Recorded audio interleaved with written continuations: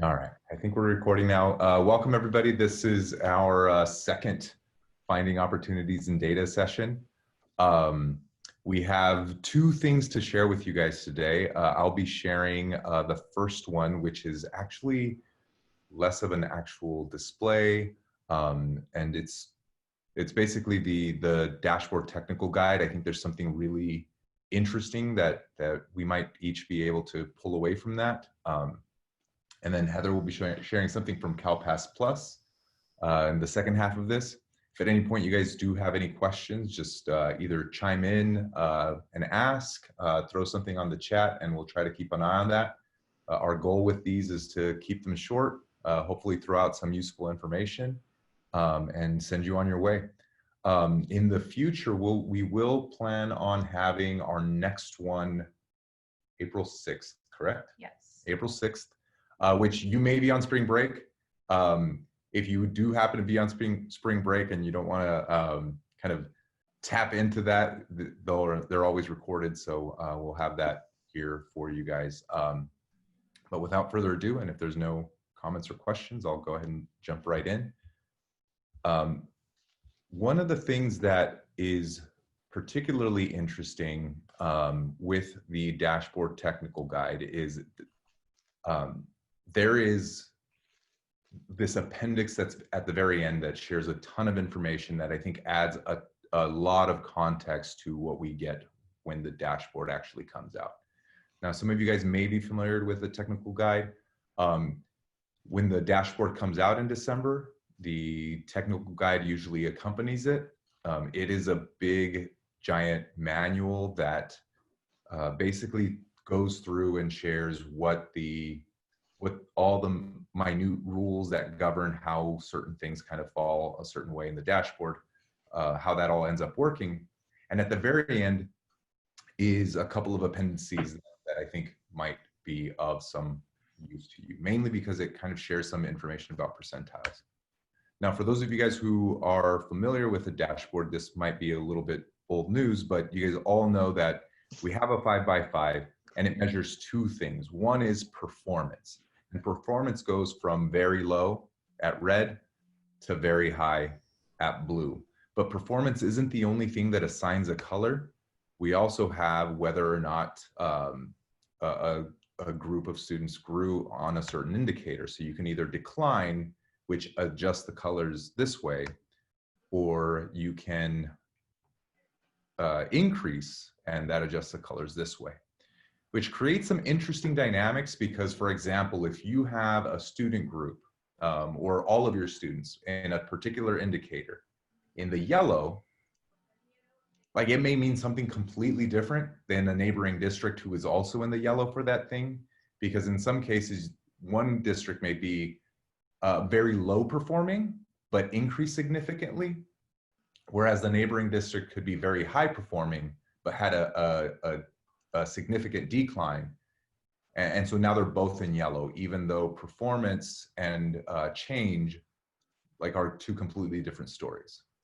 So the other thing that this does is it essentially takes these 25 very specific conditions, like you have 5 different shades of performance, very low to very high, and 5 very different shades of change from decline significantly to increase significantly. And we're distilling them down to one of 5 colors, which in terms of communicating like how a student is or a student group is doing overall, like makes things simple, but it also masks a lot of detail. And so teasing back out to those details, I think, can be important. And I'll hopefully give you guys some examples of why. To get to the dashboard guide, you guys can use this bit.ly link. Make sure that. And we're mainly, the appendix that I'm going to be referring to is Appendix A. It starts on page 186. I'll leave this slide up for just a few moments so that you guys can grab that. And Heather, if you don't mind, like just type it into the chat. That way that link is available for them.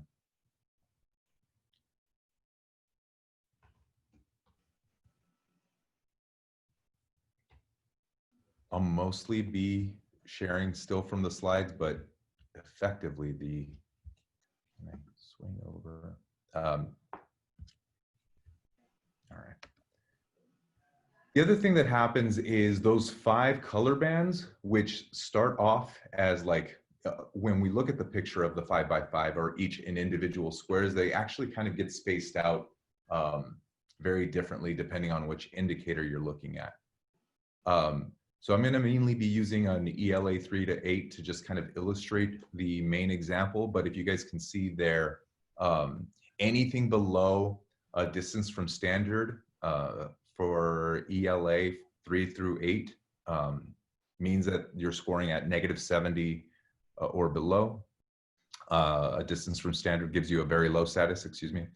From 5 points under standard to all the way down to 70 points under standard puts you at low. And then from a +10 to a -5, you're in the yellow in that medium range. From +10 to +45, you're in that green range, that high range. And anything above 45 puts you in blue. Now, the tricky thing here is that this is different, as you know, for elementary schools compared to high schools. And then language arts and math, and every indicator has its own one, sometimes multiple. But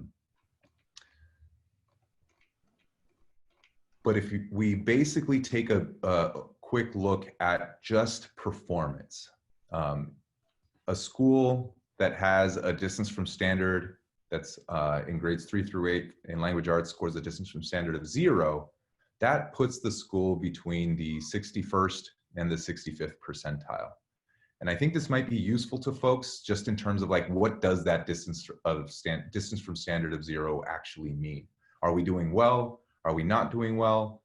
How do we do compared to our peers? In this case, the peers being like all 3 through 8 schools. How did they do in language arts? Well, if my students are doing are scoring 0 distance from standard, like we're doing better than 6 out of 10. So that's kind of how I think this might be helpful. Now, just to kind of play around with it somebody that's scoring distance from standard of -73, they're in that just underneath that 5th percentile. So that's on the lower end of the scale. If I'm at a distance from standard of -40, that puts me in the 20 to 25th percentile. But if my students are scoring at a +10, I'm in the 71st to the 75th percentile, like right in between that range. So that means that if I take a step back, that +10 tells me that I'm doing, my students might be doing better on language arts than 70 to 75% of the schools in the state.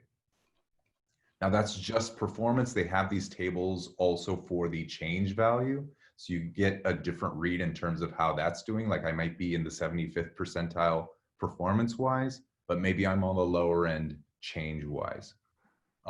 Where this gets really interesting, let me let that animate through.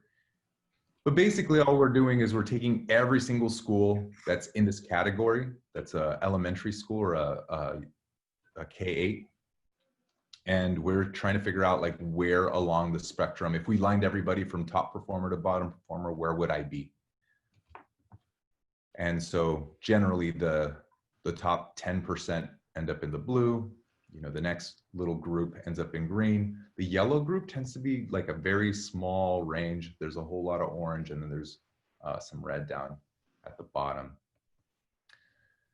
Now, the other thing that I wanted to point out is that a lot of times, I think it's really easy to take like a score of like -30 and like just think like, well, negative numbers sound bad. But if my language arts team is at -30 and my math team is at -30, like does that mean that they're performing about the same? And that's really kind of it depends on how things are looking. Here you can kind of see the scales for math and the scales for ELA kind of put on the little blue through red stripe on the side. But those cut points are so different from one grade to the next that it's I don't know that it's a worthwhile comparison to just compare pure distance from standard scores from one subject area to the other. Because in math, a distance from standard of 0 puts us at about at the 78th percentile for K through 8. That difference is even bigger for high schools, where a distance from standard of 0 in language arts puts you at the 40th percentile. If your high school math team was scoring a distance from standard of 0, they'd be at like the 85th percentile. So that's better than like 85% of all other high schools just by scoring at standard. And again, the ELA for 3 through 8 was about 60 to 65%. So a 0 in elementary math puts you at about 78, same 0 in language arts, 60 to 65th. So just, to me, it's just about adding context. Like here's an example of somebody's dashboard. Here, both ELA and math are in the orange. Language arts is 12.3 points below standard, so a negative 12.3. Math is at 35.9 points below standard, so about a negative 36. So how did they do? Like, is the language arts department doing better than the math department? Well, if we look at the little tables, performance-wise, in language arts, which is the one we're looking at now, that negative 12.3 puts them between the 50th and the 55th percentile. Not too bad, better than about half of the schools in the state. If we look at the math table, about the same. That negative 35.9 puts them between 50th and 55th. So performance-wise, they're in about the same place in the line, in the continuum of all elementary schools. Now, if we look down at the change, in language arts, they maintained by scoring a plus 1.6. That puts them here at the 60th to 65th percentile. And in math, we had a decline of 11 points. That's pretty significant. That puts us between the 10th and the 15th percentile. These tables aren't just for the academic indicators. They literally have them for suspensions, chronic absenteeism, all of those areas. But I thought I'd use this as kind of a use case illustrative example that might kind of share how this might help build some context for what these numbers are actually meaning. Like if I have a negative 12.3, like what does that mean? So again, they exist for all the indicators on the dashboard. You'll want to make sure when you're looking at these tables, because there is an obscene amount of them, that you're looking at the right one. Just because you found a math table doesn't necessarily mean you found the right math table. There's a high school one.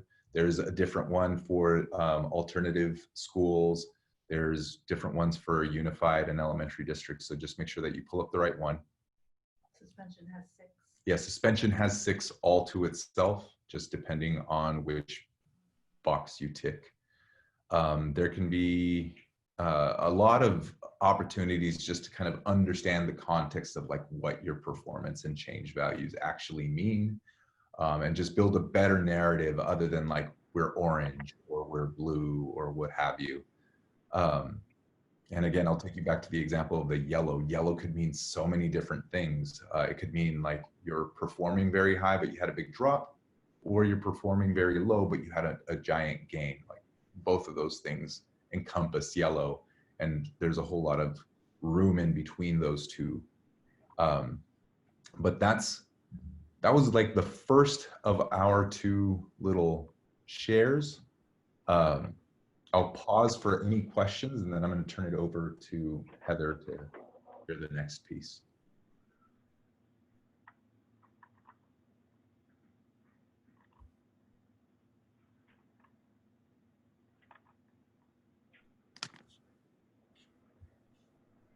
All right. Well, hearing no questions, if you do have any, just drop them in the chat box. But I'll go ahead and turn it over to Heather. The next slide. I sure can. All right, so I'm gonna leave that up for a minute. I'll share my screen in just a second. If you guys want to hop onto this website, I'm just gonna kind of walk you through what CalPAS Yeah, is, they can't hear you, so it's on a webinar. the reports it has to offer on its Yeah, website. and I printed, you know, I just, Someone is not included. she said, oh, Mrs. Gates, I hope you would consider, we really don't want her to go to another school. I said, I didn't want to tell them all this. Ariana, can you log on to calpassplus.org? Mom came with us. Come here. Oh, she did? I know. And he had put me on the phone. Okay, well, we're just gonna try and roll with this. Someone who is calling in, if you could mute yourself. But There you go. Thank you. Okay. So if you guys want to jump onto that website, I'll share my screen in a second to kind of start walking through this. Basically, CalPAS Plus is a data system that analyzes student data across time, student outcomes across time through the education to workforce pipeline. So it's looking to answer questions like, where did our students go to school? I mean, where did students go to college when they left our system? Are students ready and adequately prepared for college and certificate programs? Are they successfully completing their post-secondary programs? It provides a secure, password-protected way for K-12 educators to see which colleges their students are attending, how many students were assigned to remedial coursework after enrolling, and student success in college. There's a ton of information on here. It also goes the other way. It allows colleges to see which K-12 districts their students are coming from and how adequately prepared they are in their K-12 education by the time that they got to their university education. So it's a nice little partnership of information. Basically, district data leads will upload. I guess I can share this one.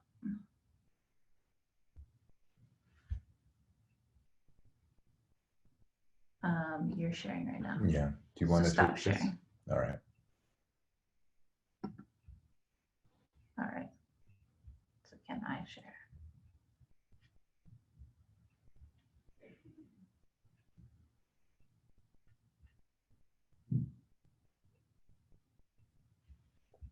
What's this?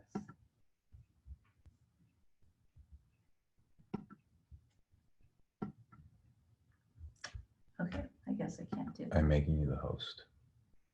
So I can share now. Yes. Ooh. All right. So Unmute that one.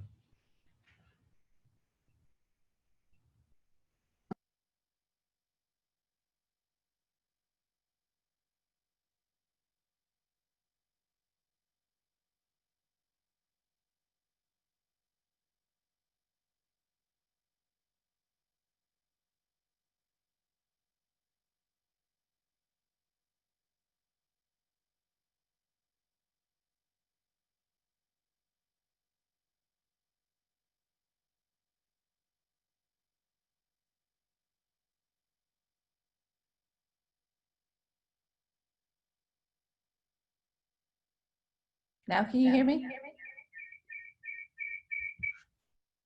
Yes, okay.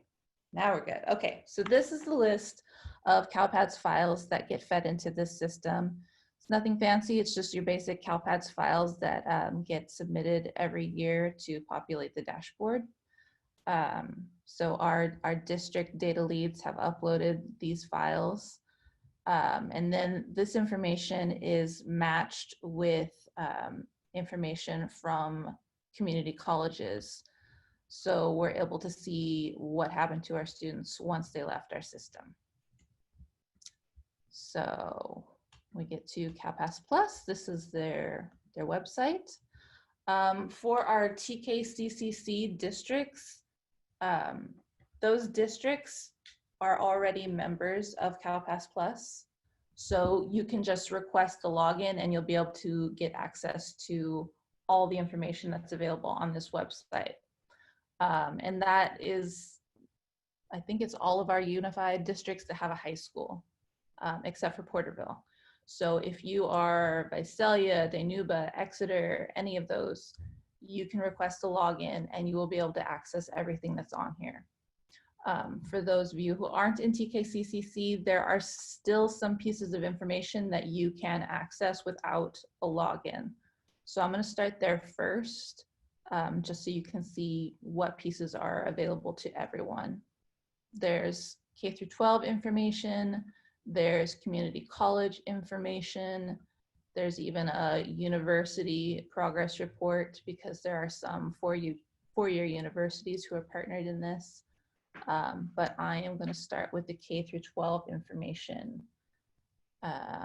So it's basically every other one of these requires a login. So this first one, you would need a login. The public student achievement data, that's open for everyone. The STEM report requires a login. The county level waterfall that I will get to soon does not require a login. It's open to anybody.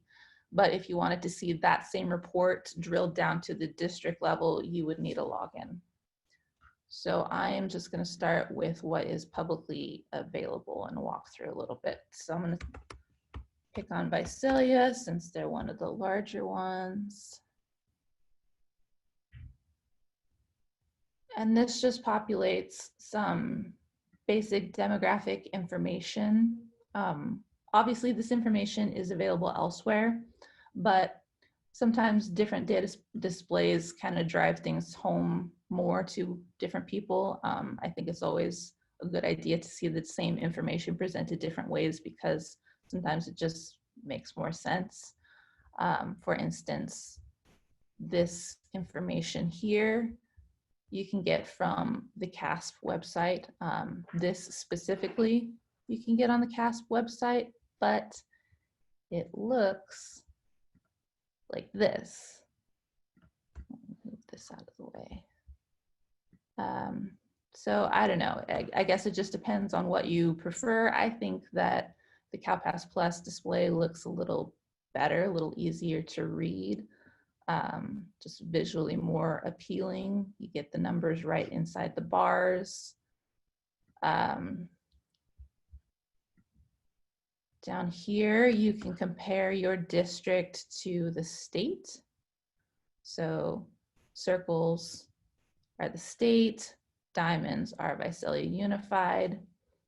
On the CASP website, you can get that, but you have to go over here to search and compare and then find your district and then compare it to the state and sort of build it yourself. Whereas here, it's already there for you. Your district is being compared to the state automatically. So just some interesting displays that you can dig into. On this one, I just wanted to note that it displays all the student groups, but if you want to just isolate to one, if you click on these, it takes them away as you click. So you can eventually get down to the ones that you want to look at. And now we just have socioeconomically disadvantaged. So whatever you want to see, you can pop in there. You can drill down by student group. You can drill down by academic year.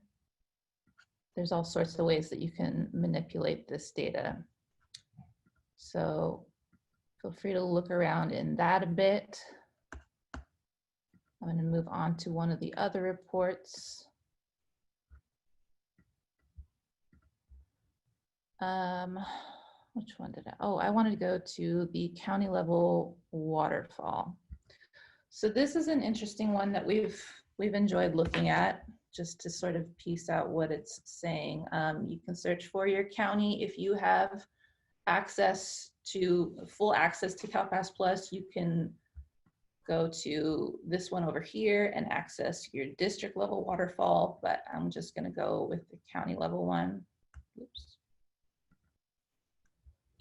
So we search for our county. search for a year. This is the, this data display is visualized by cohort. So this would be for the group of students who were in 9th grade in 2012, 2013. So that would be the class of 2017. You can drill down by ethnicity and gender. We'll leave it as overall and click view. So once you click view, you get this really interesting display. It's not something that you see everywhere. And each one of these streams is a different pathway for a student. If you hover over, it gives you extra information with numbers. So these are all the students who were enrolled as 9th graders in that school year. These are students who did not complete high school in the county within 4 years. All of these students graduated. So of the students who graduated, this stream here enrolled in community college. And this smaller stream up here enrolled in community college, but exited without earning a degree. That's 179 students. This little tiny thread right here, which is always really interesting to look at, is the number of students who transferred to a 4-year university from a community college. I always expect that number to be larger, but yeah, it's always interesting to see. This is 19 students out of 1,134.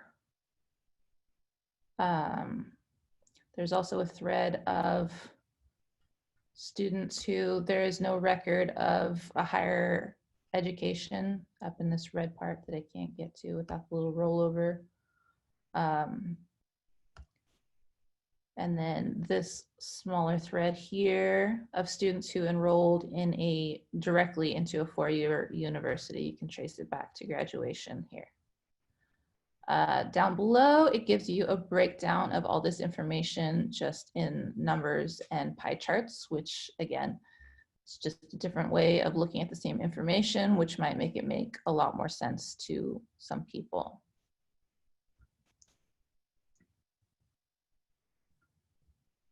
So I hope you guys will look around at this. It's just really interesting to see, you know, what are the outcomes for our students? We're not just focusing on their K through 12 education. We want to see them be successful in college and career as well and thrive in the adult world. So this can give us a little insight into, you know, what happens to these students once they leave us and what can we do to change some of these numbers while we have them with us? How can we make sure that more of these students who we are helping to enroll in community college are then transferring on to a 4-year university? So another one that I wanted to look at, this one, the high school to community college transition report, this requires a login, but it's interesting because again, it looks at post-secondary information. You can go back a little further just to give the students, because this is looking at outcome data, if you go back a few years, it actually gives the students some time to have progressed through their college career. So you get more robust information about what exactly happened to these students. So this first bit tells you how many students enrolled directly into community college. And then the latest data as of 2018. How many of these students who graduated have ended up in community college? This is for all of CalPAS Plus combined. So you see where the majority of students end up enrolling. Over here, you can see which type of courses they are enrolling in. This one is English. You've also got math. So are they entering into transfer level English or math or below transfer level? Looks like a large portion are entering at below transfer level. That's in English. This is math, same case. The number of students who have transferred to a four-year university. So this was for the class of 2015. So as of 2018, which is the most recent data that we have in here, 17% of those graduates had transferred to a four-year college. And again, this gives you a little idea of where they transferred to. I found this one interesting because it seems to attest to the success of maybe the TAG program, where you can get a guarantee of admission to a UC that you tag, because Davis is one of them, and that seems to have the highest number of transfers. So that could be the case. Over here, you can see how many students received a certificate and the number of students who, as of 2018, from the class of 2015, have received an associate's degree. So that's 10% there, about 6%. So 7% have gotten certificates, 10% have gotten associate's degrees, and 17% have transferred to a four-year university. So roughly a third of students have either completed an associate's degree, a certificate, or transferred on to a four-year university from the class of 2015. So I think we're just about out of time. Anyways, there's lots of different reports in here. I hope you guys will take a look at the information that you can access through the system. There's also some interesting community college information if you're interested in that. If you are part of TKCCC, you can request a login and get all of this. So I hope you will all take advantage, and I'm gonna stop sharing. And I think that's it. Are there any questions that we can field for any of you before we sign off?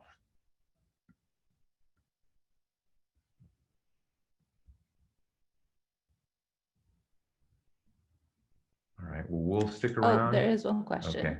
Whom do we request login from TK? If you are part of a district that is in TKCCC, She is. okay, then you just go to the CalPass Plus website. Maybe I should share it again and walk you through.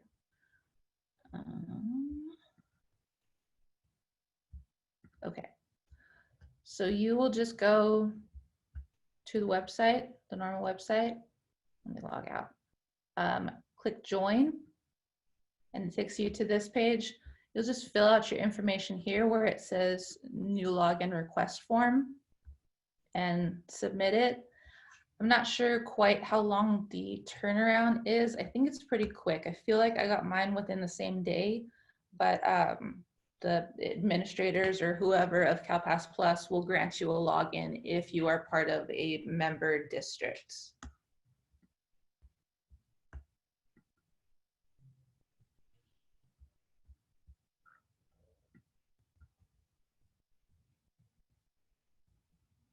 Any other questions?